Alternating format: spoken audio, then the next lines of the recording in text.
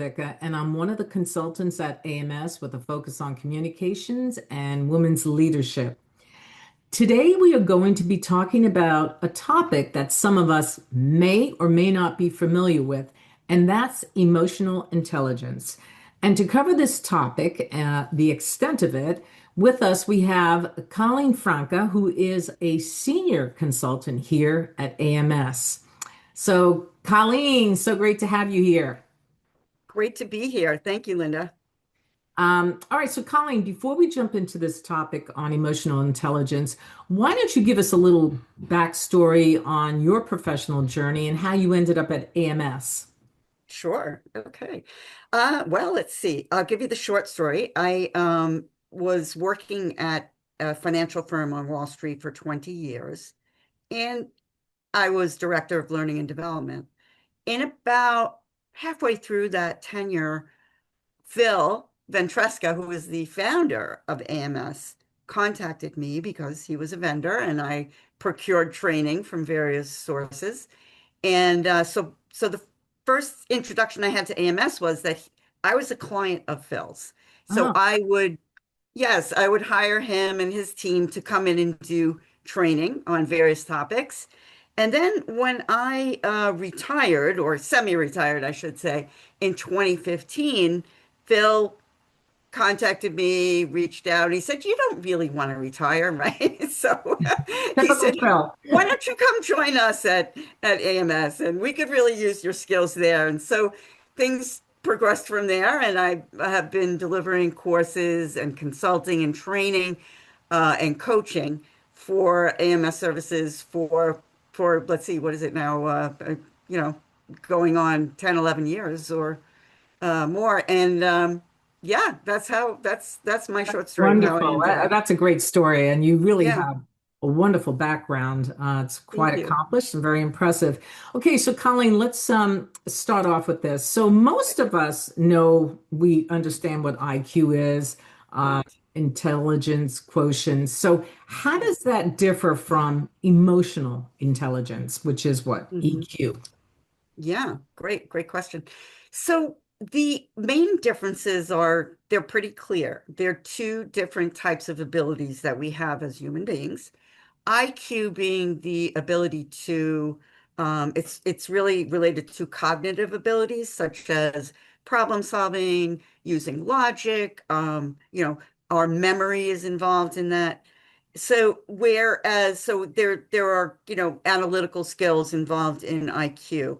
Now, where EQ comes into play, which is also known as emotional quotient or emotional intelligence, the differentiation here is that it really focuses on our ability to have emotional awareness, to use empathy. It is a concept of our ability to have interpersonal skills and relate to other people. Also recognizing our emotions and being able to regulate those emotions. So there's really four key areas of emotional intelligence. And so the first one is that includes self-awareness, being aware of what, at any given time, being aware of how we're being triggered or what our feelings are and how we're reacting to that. The second then is, of course, how do we manage that? So how do we become aware of our emotions, but have the ability to regulate them so that we're able to not suppress our emotions, but to be able to react in situations and, in a way that is also building relationships. So that, what comes into play with self-awareness is an awareness of our feelings, maybe self-consciousness, self-confidence, I'm sorry, being open to feedback. Self-management is really how can we react to what's happening to me right now and what I'm feeling right now. So let's say if I'm really agitated about something, can I think through this and really have some strategies to manage? So stress management is an important part of self-management. The third element is social empathy. So can I be in a group and really feel the temperature? Let's say if you walk into a room and you Mhm. get a sense of how is everybody feeling, what's the mood, what kind of things are people going through? So having empathy towards other people and the things that might be going on in their reality, and being able to put myself in their shoes and really understand things from their viewpoint. And there's a bit of, social power dynamics, if you will, I involved can in this imagine. particular Mhm. skill. Yeah. But, what's important in this is to be open to different perspectives, to listening to people, acknowledging, what they say, and, the sharing of emotions between people. And then the fourth element is really the social skills, right? So how can we use emotional awareness and our social, empathy to communicate effectively, to build relationships with other people? So this may include verbal communication. Also, nonverbal is very powerful. Some people can pick up on just our body language and what kind of emotions we're expressing through that. So it also feeds into our ability to influence and lead others. And, conflict management, certainly in relationship building, that comes into play. Wow, that's really no, it's definitely I would think, especially in the workplace today, just that's so key Oh, because we are working with each other. I mean, it's a lot of team play and everything. So one of these things about emotional intelligence, given it seems to be it's becoming a lot more it's becoming a lot more, it's very present. yes. And is that, though, emotional intelligence, is that something we can develop from within for ourselves? Absolutely. So that's the great thing about it. Emotional intelligence, well, actually, they both can be developed. I shouldn't say that IQ cannot be developed, but IQ typically maintains consistency over time unless you really put in some really building your skills in analytical thinking, critical thinking. You really have to put the time in. So, boosting maybe your memory skills and things like that. Whereas EQ is something that we naturally develop over time because throughout our lives, we are experiencing situations and real life experience that's helping us to grow emotionally. Mhm. However, it is important for us to actually consciously put in efforts to build, strategies to build these four areas, these key areas that I talked about. So, for example, for self-awareness, what's really important is that we are open to feedback because we need to be able to understand how we're being perceived by others, as well as how we are feeling at any given time. But the feedback from others is really vitally important for us to get a true sense of how we are coming off, let's say, with other people. So, and emotional regulation, this is really probably the most challenging, I would say, of the skills to develop Most because difficult, right? yeah, because stress, when we are under stress, what happens is our body, our amygdala takes over and so our brain kind of goes, Mhm. on vacation and our amygdala is reacting to different situations in a very primal way. So if we can develop some strategies to handle how, give ourselves at least like 30 seconds to kind of calm ourselves down. Now, one of the interesting things about self-awareness is that by just naming an emotion. So if I'm feeling anxious, let's say about something, maybe I have a job interview and I'm feeling anxious, which is perfectly normal.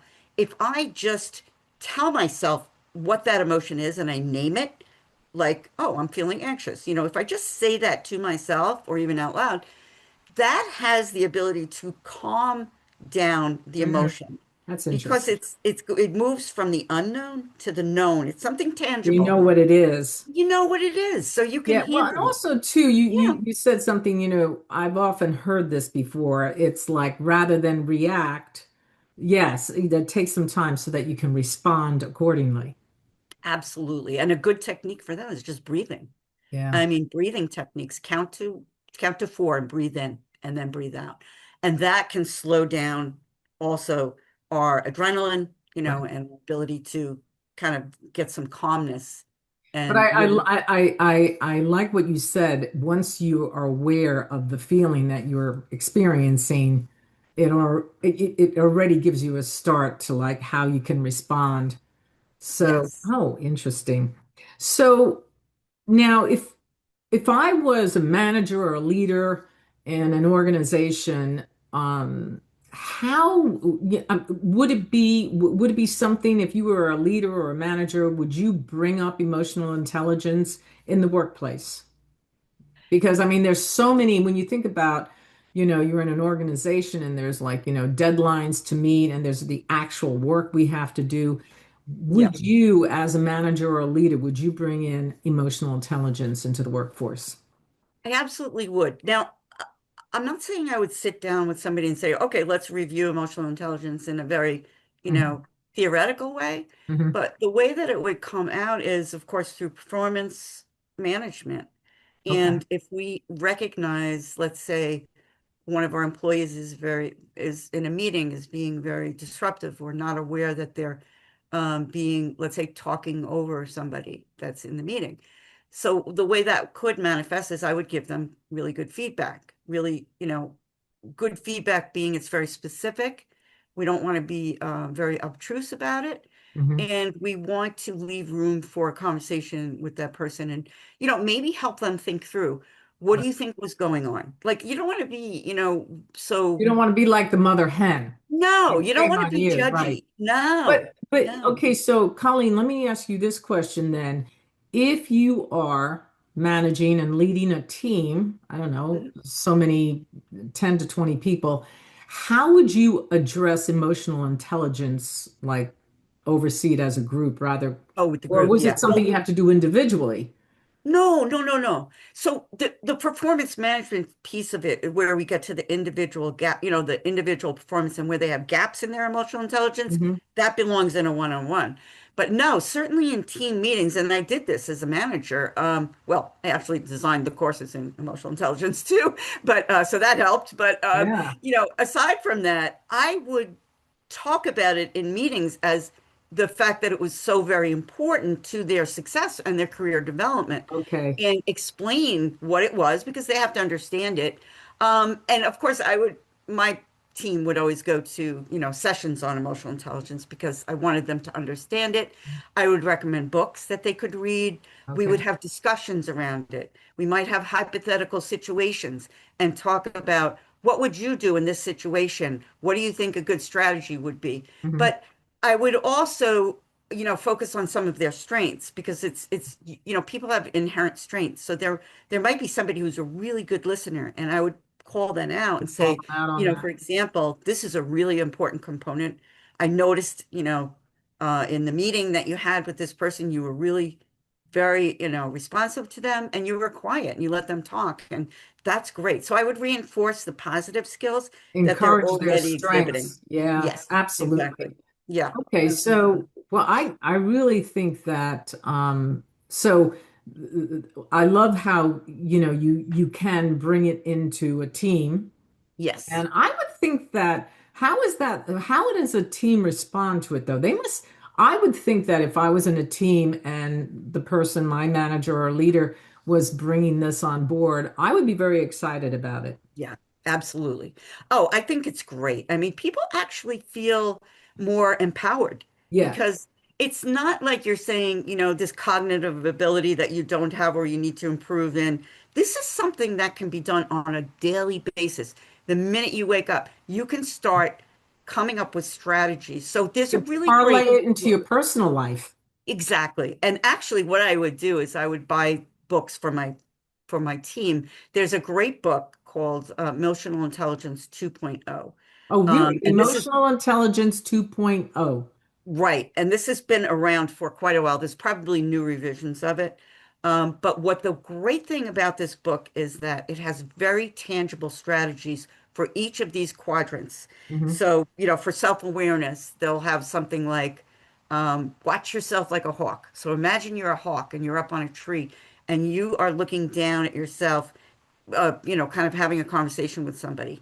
What does that look like? So there, I mean, and that's just one of the hundreds of strategies that are in this book. Oh, And wow. it's fabulous. It It's a almost looks like different fabulous, perspectives. definitely, definitely. And the author, I can't think of their name right now. I'm so sorry. I should have had this before the That's okay. interview, I'll but look it up. Emotional if you Intelligence if you just look 2.0, up, 2.0. yeah, 2.0, fabulous book. And, I'm just trying to see if I can look it up, but, yeah, yeah. So that, I mean, that's what I would do is, and people, you're right, people are excited by this because they can see themselves improve really, really Absolutely, quickly. absolutely. And you know what? It also, I would think that not just speaking up their strengths, but we all have blind spots. Totally, And totally. you want to know what they are because you're going to be like you're working with your associates. Yes, And if there's something that's rubbing them the wrong way because you're not aware of something that you're doing, it's good to know. that's absolutely true. I just found the author. It's Travis Bradberry. Um, Travis Bradberry, yes, and Emotional Intelligence 2.0, Travis Bradberry. 2.0. Okay, Now they well, do have it, the new, yeah, I knew they'd have oh, a they have new. a new So now it's a edition of it. new emotional intelligence. So that's what it's called now. But either way, they're great books, and I would totally recommend them. Oh, well, great. I'm going to go get myself a copy. Yeah, fantastic. So, Colleen, so this is a really great topic, this emotional intelligence, and I would think for anyone who's listening in right now, if they're not doing this, this may be something that they would want to Yeah, reach out to you. absolutely. Absolutely, especially nowadays, because one thing you can say is that if IQ can be associated with getting a job or landing a job, which is great because you have cognitive abilities and skills, Sure. education, and all of that. But in order to really sustain, well, Keep first of the all, job. to achieve, right, and sustain success, you're going to need EQ. It's a really, Yes, really critical skill. And really, both skills together are complementary. You need both in order to be absolutely. successful.